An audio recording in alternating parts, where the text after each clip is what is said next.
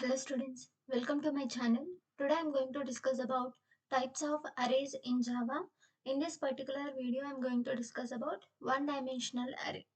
Okay, so in the last classes we have discussed about what is array and how to create, declare and initialize array, and we seen some examples also. Okay, so here array is nothing but it is used to store collection of similar data items in continuous memory locations under same variable name, same array name. So there are three types of arrays. We use these three types of arrays as per the requirement of the program. Okay, so the three types are one-dimensional array, two-dimensional array, and multi-dimensional array. In this particular video, I am going to explain about one-dimensional array. In coming videos, I will explain two-dimensional array and multi-dimensional array with examples. Okay. So, one-dimensional array. The array which contains only one subscript, it is known as one-dimensional array. Okay. So, in other words, we can say that the array which is used to store the elements in series. Okay. So, that is known as one-dimensional array. It is clear from the name that one-dimensional array in Java must deal with only one parameter with one subscript. The square brackets are nothing but subscript. It contains only one subscript. Entities of similar types can be stored together using one-dimensional array. So if you observe, the elements are stored in a series format. Okay, one after another. This is known as array, one-dimensional array, and it contains only one subscript. Okay, so the size is mentioned in within only one subscript. So the array index value starts from 0. Okay. The first element is represented with 0th index, second first index, third element is second index, like that. Okay. Array always starts from the index 0. If you observe, all these values are same data type, integer data type. So you can store only similar data elements in array. Okay, whether those are integers or string or float. Okay, but all elements belongs to the same data type. Next, if you want to represent any particular element, for example I want to represent 230, so you can represent these with array name and index value. So array name, for example this array name is a, you need to represent a of 2. If you want to represent 200, you need to specify with index value a of 4, like that. Okay, each value contain unique index value. Each index in the array holds a value, one single value. Okay, so this is the declaration of one dimensional array. So the array itself is known as one dimensional array.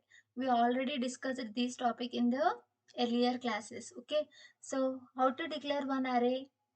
Data type, array name. So this is the form 1, or you can mention this way also, data type subscript array name. Okay, here example, data type is int, array name is a num, and subscript. So here you need to remember that don't mention the size here. The declaration does not contain any size. Okay, so the size is mentioned in creation. After declaring an array, we need to create in the memory. So you need to create memory allocations for values. For that purpose, the syntax is array name is equals to new data type of size. So here you need to mention the size. Num. What is the array name? Array name is a num. Array name is equals to new. Data type is, here data type is int. Okay. Int of the size is 5. I want to store 5 elements. So that's why the size is 5. Okay. Next, so this is the long format. First we need to declare, and after that we need to create memory locations. Okay, so data type array name is equals to new data type of size. You can use short form also, declaration and creation in the same line. Data type array name subscript is equals to new data type of size. Okay, you can use this short form. Okay.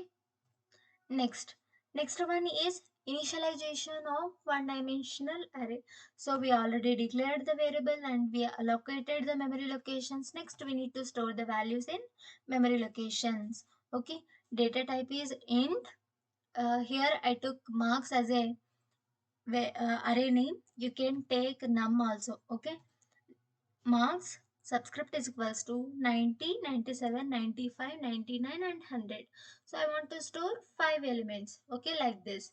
So if you want to access any elements, for example, I want to access all elements, you can use for loop.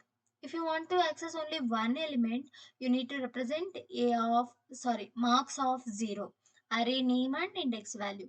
If you want to access 100, marks of 4, the index value of 100 is 4. Why? Because this is 0, 1, 2, 3, 4. Okay, marks of 100, like this you can access. Okay, so let's see the example program for this one.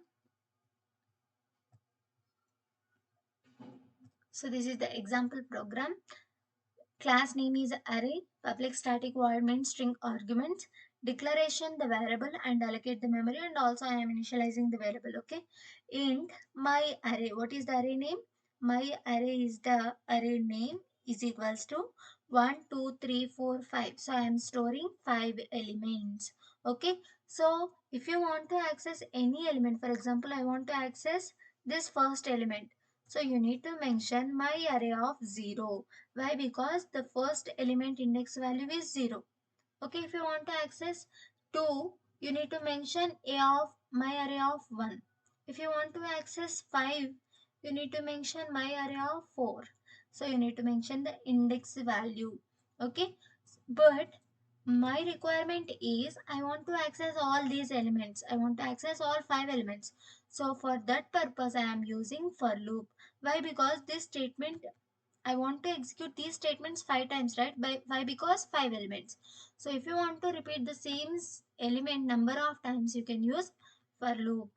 For I is equals to 0, I less than 4. Okay, 0 less than 5 is true. So then it will go to next statement. System.out.println my array of I value is 0. So it will print 1. And after that I value is incremented to 1. 1 less than 5 is true. Now I value is 1. So in first index value the element is 2. It will display 2. Next it will display 3, 4, 5. Next I value is incremented to 5. 5 less than 5 condition is false. It will come out from the loop. It will stop the execution. Okay. So let us execute this program.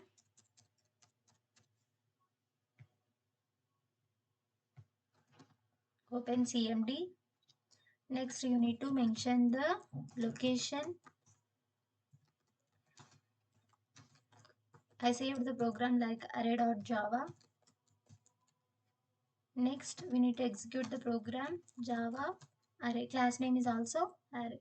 So it will display the 5 elements. It will display 1, 2, 3, 4, 5. Okay. For example, I will put here only 2. Okay.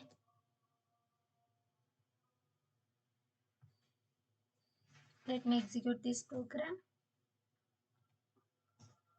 So it will display only, if you observe this example, so I am displaying index 2. So this is 0, 1, 2. Okay. So these element 5 times. I want to display third element 5 times. Why? Because you kept in for loop. So that's why it will execute 5 times.